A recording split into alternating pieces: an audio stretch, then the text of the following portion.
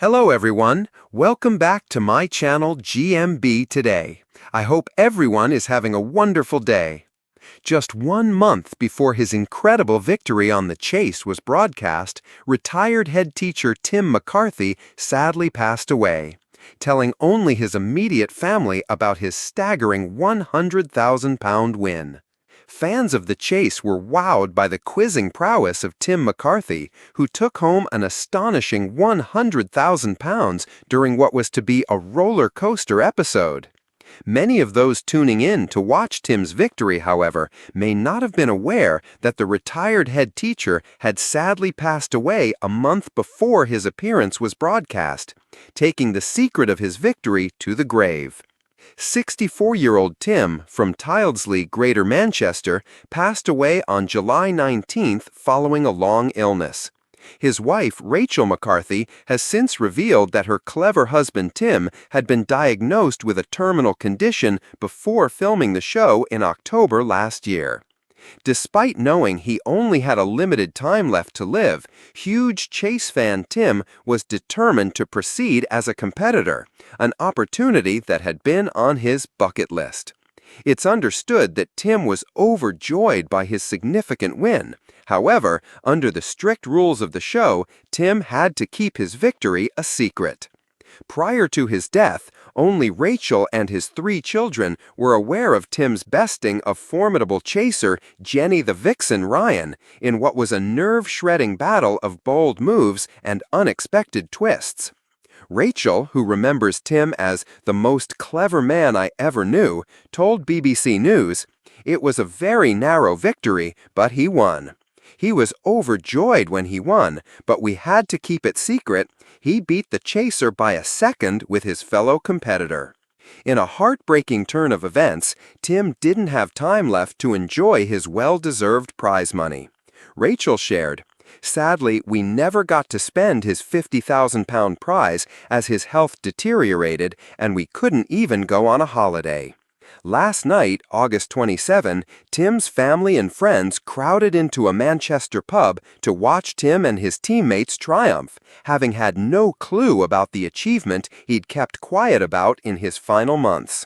The nail-biting episode saw Tim compete side by side with teammates Lorcan, Sheeran, and Julie, pitting their general knowledge against the Vixen. Lorcan added £5,000 to the pot, while both Sheeran and Julie were knocked out during their individual rounds. After a wobbly start, with just £1,000 in the cash builder, Tim courageously chose the highest offer of £95,000 during his own head-to-head, with his gamble ultimately paying off. Roars of appreciation rang out in the pub yesterday evening as Tim's loved ones finally witnessed him in action. For Rachel, it was a proud yet poignant moment. She reflected, "He was so excited when he got accepted to go on the show. I watched it last night to prepare myself.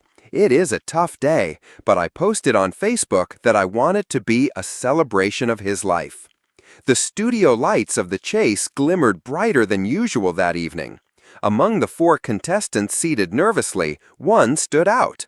Not because of his sharp suit or calm smile, but because of the quiet determination in his eyes. His name was Richard Hale, a retired teacher from Yorkshire, who introduced himself with warmth that immediately charmed Bradley Walsh and the audience alike. Richard was 68, soft-spoken but razor-sharp. He told a story about once turning a maths class into a quiz to keep restless teenagers engaged. Bradley laughed.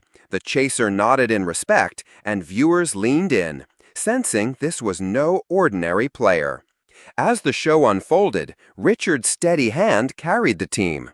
In the final round, he stood alone, the last contestant left, facing the chaser in a one-on-one showdown. With £100,000 on the line, a rare, life-changing sum, he displayed the same composure that had once calmed classrooms full of rowdy pupils. Question after question, he answered with precision. When the final buzzer sounded, Bradley leapt from his chair, cheering. Richard had beaten the chaser. The audience erupted, confetti cannons fired, and Richard smiled. Not a wild, celebratory grin, but the humble smile of a man who knew the value of quiet triumph. His words to Bradley were simple: "This will change my family's life."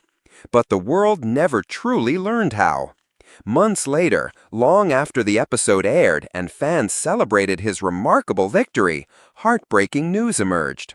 Richard had passed away suddenly from a heart condition. Friends and family described him as a man who never sought attention but deserved every bit of it. What shook viewers most was that Richard never had the chance to fully share or enjoy the jackpot he had fought so hard to win. According to his daughter Emily, Richard had kept the result of the show a secret. He hadn't told his friends, he hadn't even revealed to his grandchildren that he'd become one of the chase's biggest winners. He wanted it to be a surprise, Emily explained. Dad planned to gather us all together, sit us down, and let us watch the episode without warning. He wanted to see our faces when we realized what he'd done. But fate intervened before that moment could ever arrive. By the time the episode aired, Richard was gone. His family watched with tears streaming down their cheeks as the man they loved battled on screen with wit, humor, and brilliance, knowing he had kept his proudest achievement hidden.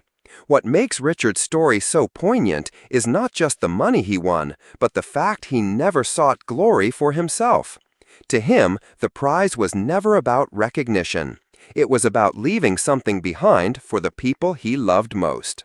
In that way, even though he took the news of his win to his grave, the jackpot became his final gift.